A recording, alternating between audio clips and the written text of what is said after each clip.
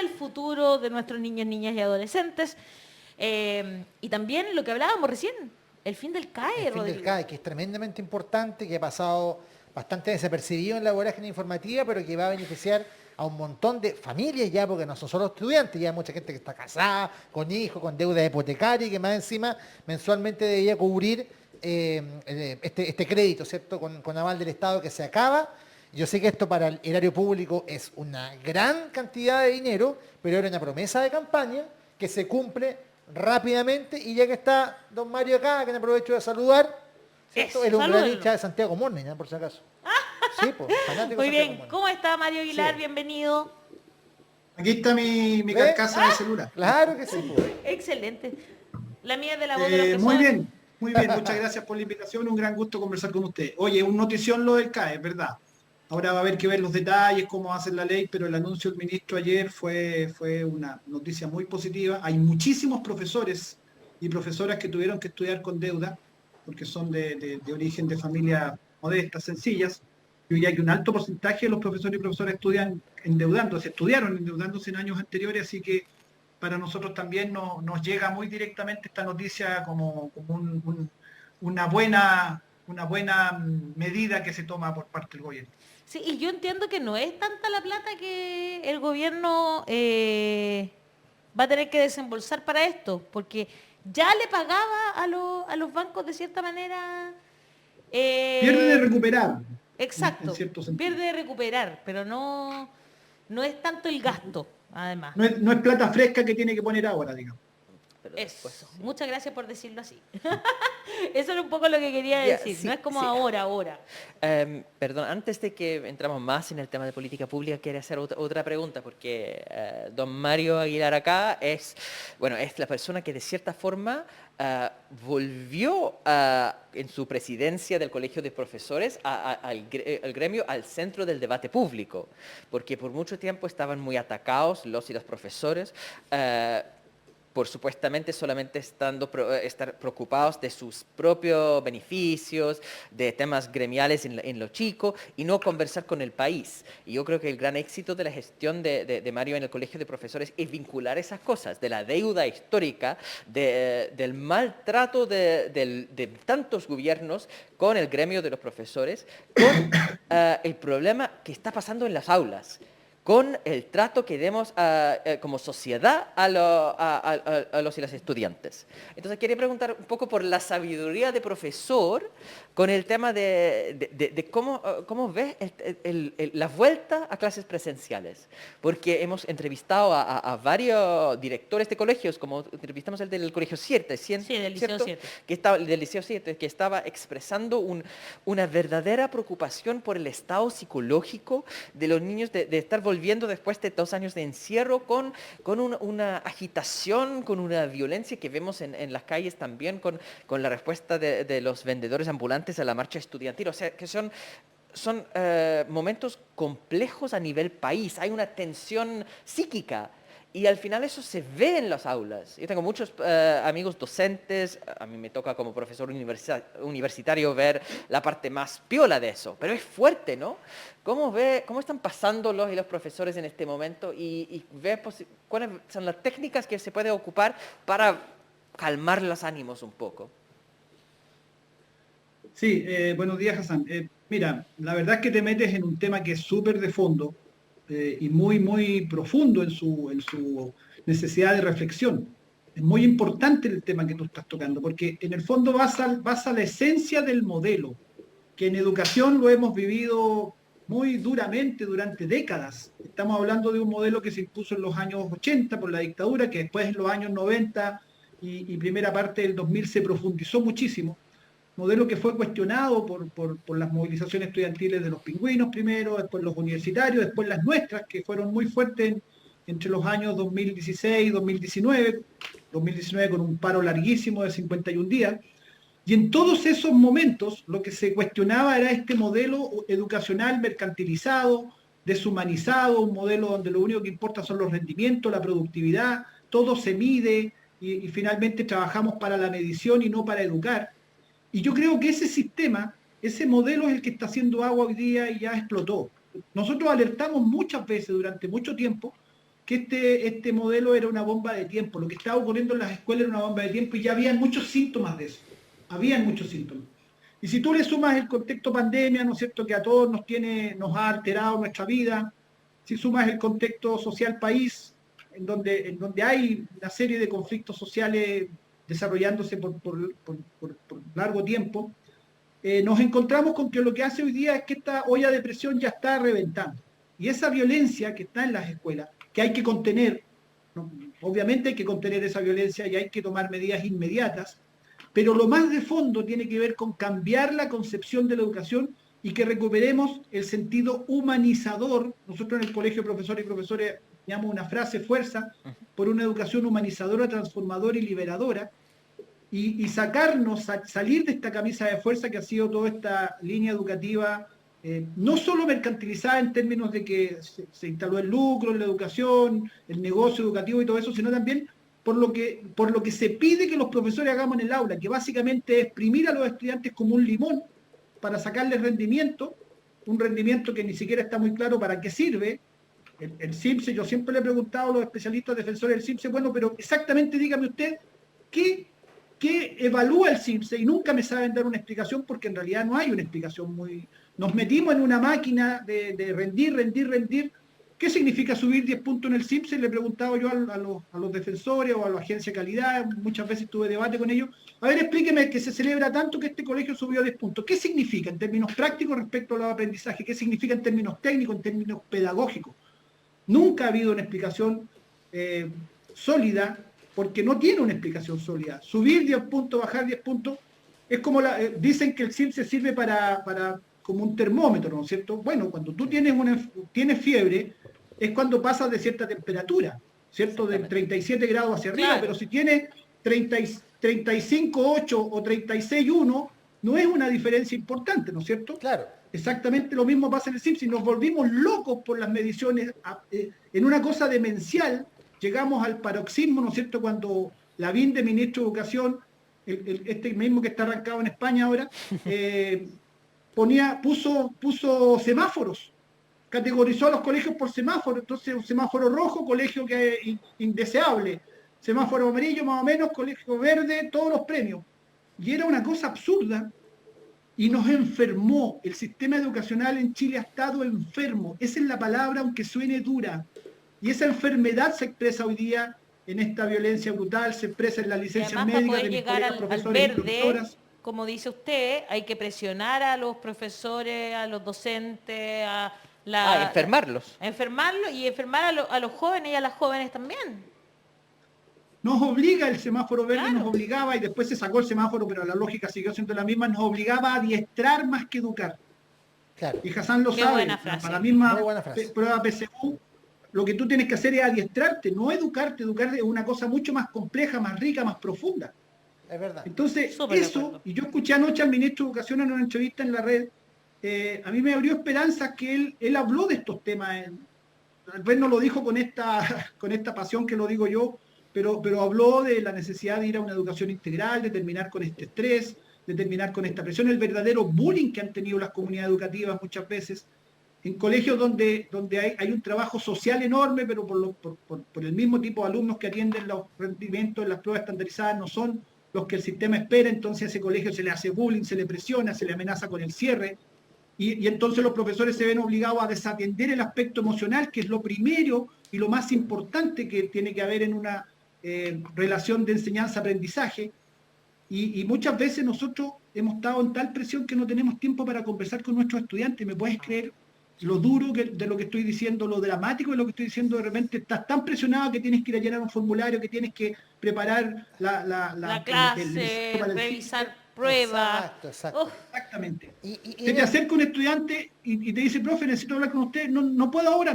Es terrible esa respuesta que tienes que darle. Claro. Horrible. Es terrible. Es verdad. Y esto nos choca un poco en algún vértice con lo que dijo el ministro hace un par de días respecto a que cometimos un error al tener los colegios cerrados tanto tiempo, porque llevándolo a un plano más político, muchos han planteado esto como un contrapunto a la posición del colegio de que no estaban las condiciones para volver, que se defendió durante buena parte de la pandemia.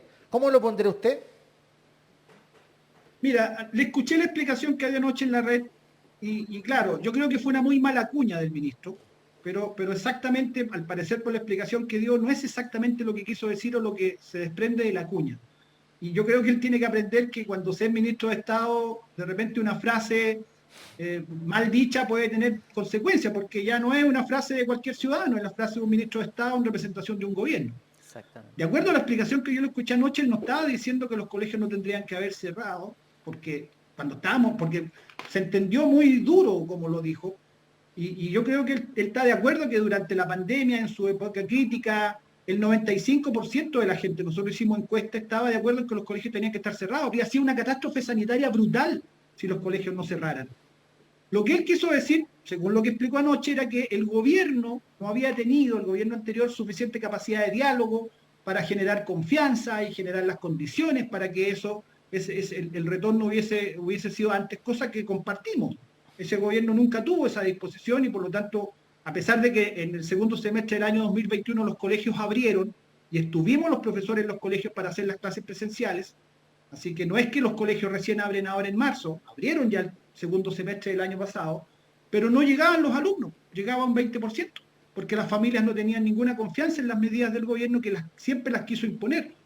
Pero sin duda la cuña del ministro se prestó para esta confusión y nosotros lo dijimos porque tenemos que decirlo, es nuestra obligación como representantes gremiales que estábamos en desacuerdo. La explicación que dio después yo creo que mejora la cuña, pero como dice el dicho, el que explica se complica, por lo tanto yo creo que el ministro va a tener que aprender a hacer mejores frases. No es el único. Oiga, Mario. Puede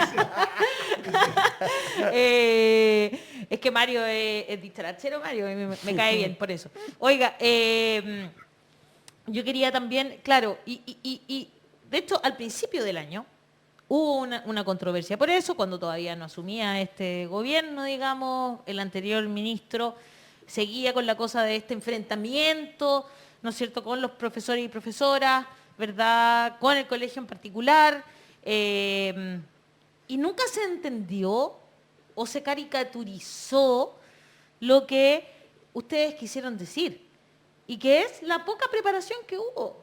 O sea, ¿qué debió haber pasado ahora cuando los niños, niñas y adolescentes volvieron a clases presenciales con jornada escolar completa, recordémoslo también? Un plan de contención y mucha ayuda psicológica. ¿Cómo es posible que nadie haya evaluado desde el ministerio lo mal que iban a estar psicológicamente jóvenes que habían estado encerradas y encerrados 2 años?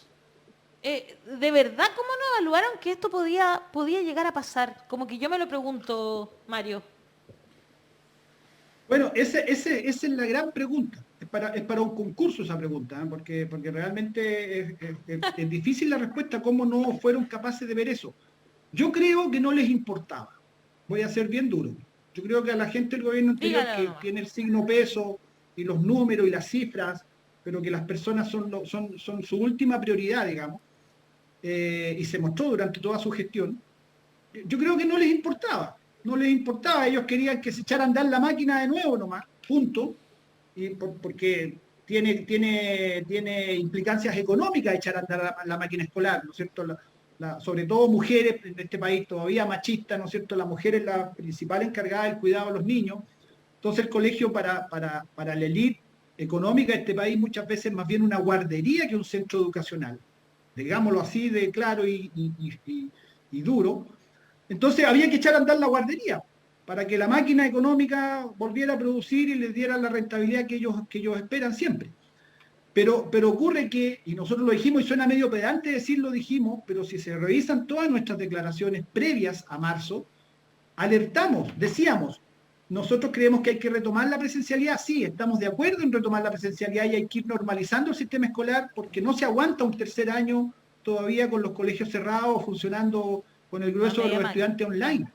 Lo dijimos, siempre dijimos, estamos de acuerdo con reabrir los colegios en marzo, pero tiene que funcionar con aforos, dijimos eso, no puede haber 45 estudiantes en la sala y ha habido mucho contagio, advertimos de eso, y tienen que prepararse las condiciones materiales de los colegios, y dijimos, en la mayoría de los colegios no se han hecho mantención en estos 2 años, nosotros estamos en los colegios, sabemos la realidad, estamos en las comunas, estamos en los territorios.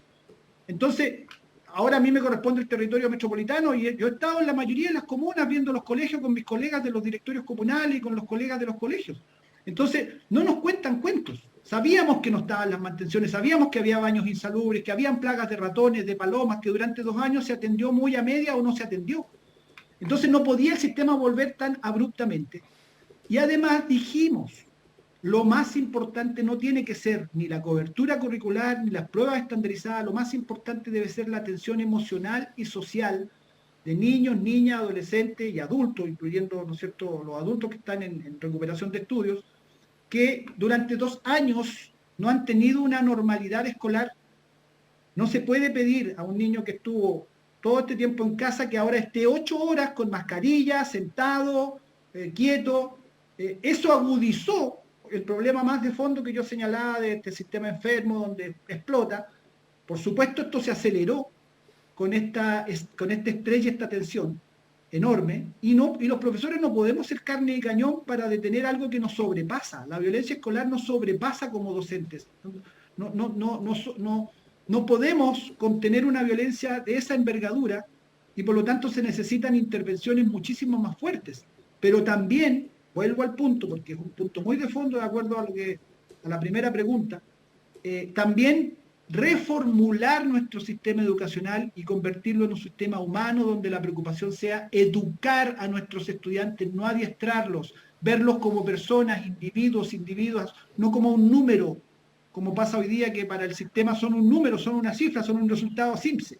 Y de hecho, Y el resultado SIMPSE no es lo que define una persona hace o a una comunidad escolar. poquito salió una cifra que era muy, a propósito de números, digamos, Mario me estaba acordando que salió una cifra que las agresiones, la violencia que han recibido niños, niñas y adolescentes durante la pandemia aumentó en un 38%. Entonces, ¿cómo no pensarlo? O sea, si tú ves una cifra como esa, yo me acuerdo que también les traje cuando estábamos viendo el PADEM de Ñuñoa, estaba la cifra, decía que en un 41% habían aumentado la violencia de niños, niñas y adolescentes.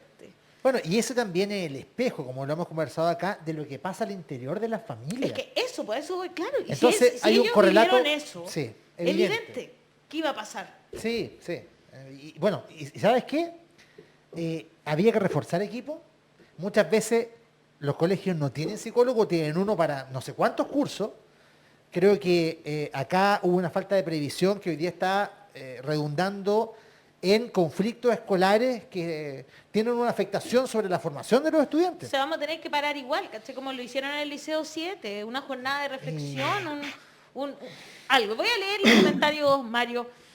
Carlos Lorenzen dice, muy bien el señor Aguilar, muy cierto. Anaí Ortega dice, la mayoría de profesionales de la área humanista estudiaron con CAE. Aparte de la deuda, cargan el día a día con precariedad laboral. Qué es cierto, Anaí.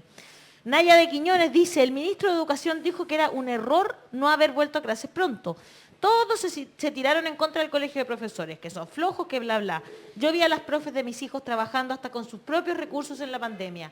Nadie se cuestiona lo que dice el profesor Aguilar. El modelo ya no cabe en nuestra sociedad. Hay que cambiar el modelo educativo. No se puede educar sin amor, sin los padres comprometidos, sin profesores con sueldos y salud dignas, etcétera. Carla Espinosa dice, no sabía de eso del semáforo, qué horror. Yakuza de JHG dice, el SIMSE tiene menos peso que la hoja de anotaciones. Winnie dice en YouTube, y uno como padre se siente frustrado de no poder pagarle una educación mejor. Es que lo que tenemos que hacer es una educación mejor para todas y todos, pues claro. Carlos Lorenzen dice, la educación debe partir con el primer teorema. No existen profesores. Todos son facilitadores, pues no enseñan, solo abren el conocimiento inherente al alumno, facilitan el autodescubrimiento. Esa es una forma de ver la educación, efectivamente, que también se estudia. Paz Nena dice, cualquiera que crea que los niños solo van a buscar logros académicos a las escuelas no han entendido nada. Para llegar a tener personas íntegras se deben abrir a los cambios. Muchas escuelas aún no cuentan con casinos, aún así están hasta pasadas las 16 horas. Nos hacemos partícipes de los grandes cambios. Y la Naya le dice, exacto, Ale, está la escoba, los profes están muy sobrepasados. no son capaces de contener a los niños y los padres no tienen herramientas para autorregularse. Justamente fue por eso que me acordé de las cifras, ¿no es cierto?, de violencia que están viviendo niños, niñas y adolescentes en sus propias casas y que vivieron durante la pandemia. Fue muy fuerte. Hablamos mucho sobre la violencia de género, que es importante, pero también hubo mucha violencia contra niños, niños y adolescentes. Mario, ya como para ir cerrando, ¿tienen alguna cosa que tenga que ver con género, con los protocolos? Fue una de las primeras temáticas que abrieron las estudiantes, principalmente en Providencia, en Santiago, en la región metropolitana en general. Que Pero le este corresponde a incipiente usted, Mario. movimiento estudiantil nuevo. Exacto. De hecho, yo pensé en algún momento que íbamos a vivir una revolución similar a la del 2018. Bueno, ese es un temazo. Ese es un temazo, todo el tema de género. Nosotros hemos venido trabajando desde hace años con el tema de la educación no sexista. Hemos realizado cursos, seminarios, encuentros, hemos traído especialistas para capacitar docentes. Ha sido uno de los temas muy centrales de nuestras escuelas de verano y de invierno, que hace 4 años más o menos comenzamos a implementar.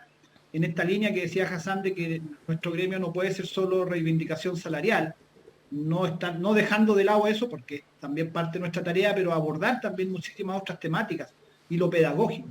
Y claro, ahora explota porque las estudiantes secundarias se comienzan a movilizar y comienzan a denunciar situaciones que a lo mejor estaban normalizadas durante muchos años. Y qué mal que hubieran estado normalizadas. Y qué bien que hoy día eso no se acepte y haya intolerancia frente a la violencia de género de cualquier forma de expresión. Y ojo, en nuestro gremio, que es fundamentalmente femenino, 73% son mujeres, del total de docentes 73. que trabajan en el sistema escolar, el Imagínate. 73% son mujeres. El tema también es muy candente. También muchas colegas han sufrido acoso, muchas colegas han sufrido, ¿no es cierto?, distintos tipos de formas de violencia laboral ligada al género. Y por lo tanto, para nosotros como gremio es un tema muy central. Nosotros tenemos un departamento que trabaja específicamente ese tema, tanto en el nivel nacional como en los niveles regionales. Se están realizando hoy día con distintos municipios programas de educación no sexista, algunos muy masivos y muy exitosos. Por lo tanto, estamos totalmente alineados con esta demanda que levantan las estudiantes, estas denuncias, y en donde además, ojo, si bien es cierto hay que tener una cosa punitiva presente, no es la única respuesta ni puede ser la única respuesta. Como por ejemplo la alcaldesa de Providencia que expulsa, y esa es la única solución, expulsar. Claro, Bueno, la no da expulsión no resuelve el problema. No, pues claro. La expulsión lo que hace es que lleva el problema a otro lado. Eso es lo que hace la expulsión. Fíjate que ayer estuve, voy a salirme un poquito, pero en relación, ayer estuve en el liceo que funciona en la penitenciaría, con colegas que hacen un trabajo admirable, con más de 600 alumnos y han llegado a tener hasta 900, todos internos de la penitenciaría, personas privadas de libertad, en condiciones muy precarias trabajan ahí. Y ahí son, ¿quiénes están ahí?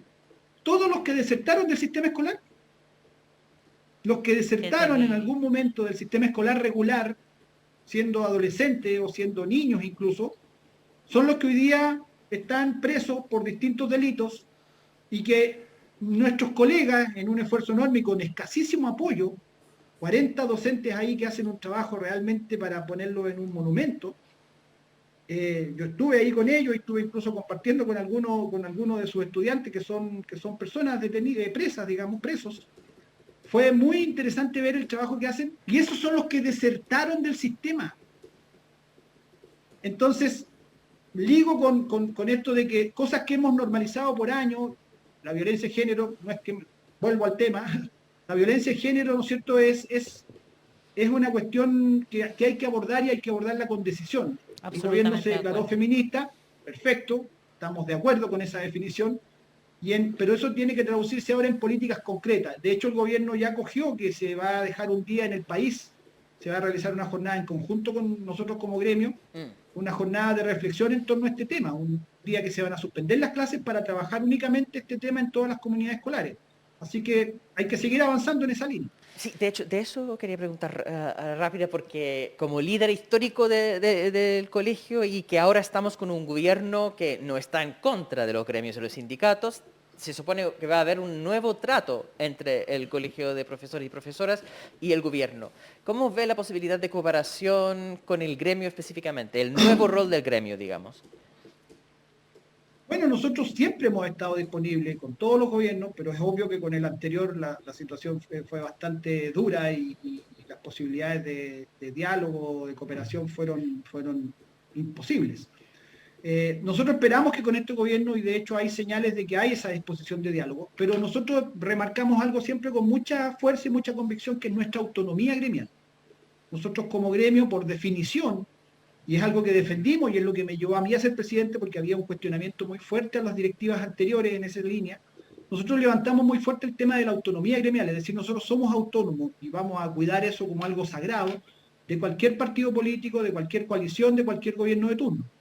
Desde esa autonomía, por supuesto que estamos absolutamente disponibles a aplaudir lo bueno, a criticar lo malo, como hemos criticado esas declaraciones poco afortunadas del ministro, pero por supuesto que si hay disposición de diálogo, de trabajo conjunto, por ejemplo, anoche yo puse un tuit y lo hice público, ¿no es cierto?, vía Twitter, cuando el ministro hablaba de esta educación integral, de terminar con la educación estandarizada, de cambiar estos temas de fondo, yo puse disponible a colaborar, ministro, en eso, porque es una gran tarea país, en la que tenemos que estar todos, pero con la misma disposición de colaboración, por supuesto, también, con la misma claridad, vamos a decir y vamos a ser muy claros cuando haya cosas que no nos parezcan o que creamos que dañan la educación o dañan la profesión docente, lo vamos a decir. Pero nuestra disposición de diálogo y de trabajo de colaboración, por supuesto que está, y espero que eso se pueda concretar, esperamos que eso se pueda concretar en situaciones bien positivas que permitan a la educación chilena mejorar y realizar los cambios profundos que se requieren. No puedo estar más de acuerdo con usted, Mario. Sí. Tengo la misma visión. Las críticas hay que decirlas, tenemos que hacerlas llegar, ¿no es cierto? Sobre todo si queremos que nos vaya mejor a todas, todos, y por supuesto a el futuro de este país, que son los niños, niñas y adolescentes, y por supuesto a los docentes, los y las docentes que están todos los días ahí poniendo el hombro. Un abrazo, Mario, muchas gracias por estar esta mañana en La Voz de los que Sobran.